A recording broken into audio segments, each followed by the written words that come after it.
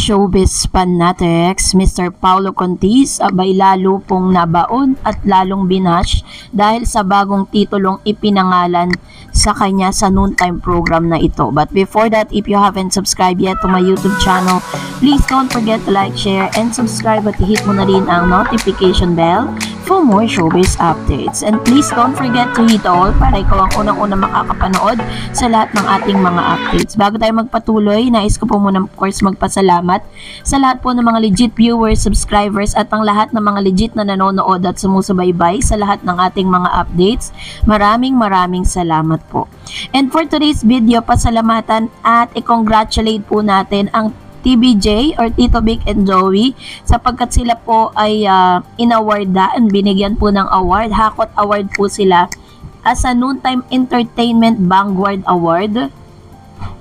Give this 20th of February 2024 Grand Ballroom and Global Trend Business Leaders Awards 2024. Ayan. So, congratulations, TBJ. Sapagkat talaga namang masasabi natin na ano sila kumbaga is parang kasama lagi sila sa mga pinag-uusapan kaya global trend. At dito po talaga masasabi natin na ito pong TBJ deserve po nila maka-receive ng award, ano. Kasi marami po, lalo na ngayon, may mga bashers na po talaga sila. Sa Facebook page ko po sa DarEds TV, makikita nyo po doon yung mga supporters ng TP ng Tahanang Pinasaya kung saan binabash po nila ang TBJ na mga matatanda na daw, hindi dapat daw mag-resign na, 'di ba? Pero hindi naman nila mababago ang history na nagkaroon po ng ambag ang TBJ sa noontime history. So, pero ito nga isa sa mga nakakalungkot din na balita na si Mr. Paulo Ballesteros ay naihatid na po sa huling hantungan, ano, yung kanya pong lola na namayapa, ano. Talaga makikita natin yung mga videos niya. Kaya po ngayon wala si Paulo dahil nagdadalamhati pa po ang isang Paulo Ballesteros. Of course, for the longest time nakasama niya po yung kanyang lola. Pag nakita niya po yung video ng kanyang mga kasambahay, lagi po nilang pinapakita yan.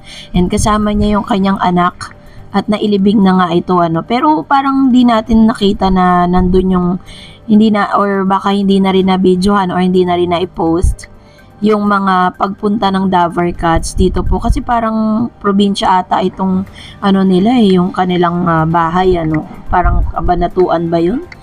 Doon po ata nilagay yung labi ng kanyang lola na namayapan.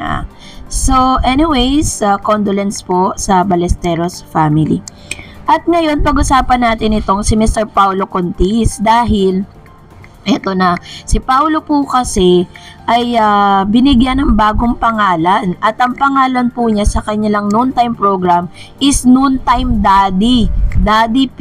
My God. Alam niyo po ba kung sino gumawa niyan? Walang iba kundi yung isang pro tape na may something, ano, dahil pinangalanan niya po, mas okay pa siguro kung inilagay niya dyan si Isko Moreno, mas matatanggap pa ng maraming mga netizen.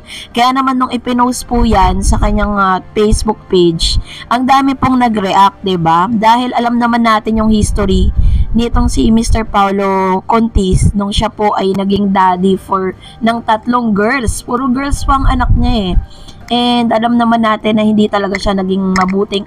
Although siguro kay Summer, pinakita niya na how good father he is dahil inaalagaan niya noon. Pero syempre, in reality, totally, kung talagang mahal mo yung anak mo, aayusin mo yung buhay mo aayusin mo yung relationship mo dun sa family mo, 'di ba? Kaya naman ito po yung isa nag-comment, sabi niya, si Marilu Ala, nag-iisa lang talaga yan na daddy na hindi nagpaka-daddy.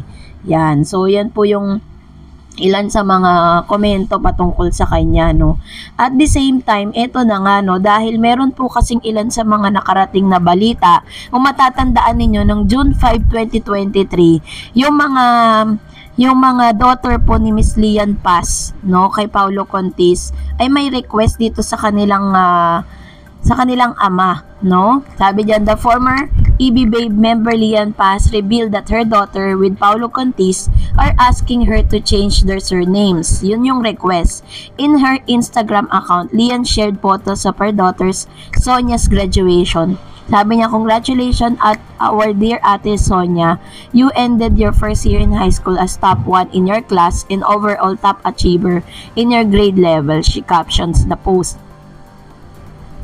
You have always been consistent being excellent in school. I'm amazed with your perseverance and I'm grateful to God for that gift to you, she added. Continue to honor the Lord in everything and I am proud of you, Sonia, she added. So, ganun po yung kanya kasi parang very proud siya sa kanyang mga na-achieve ng kanyang anak.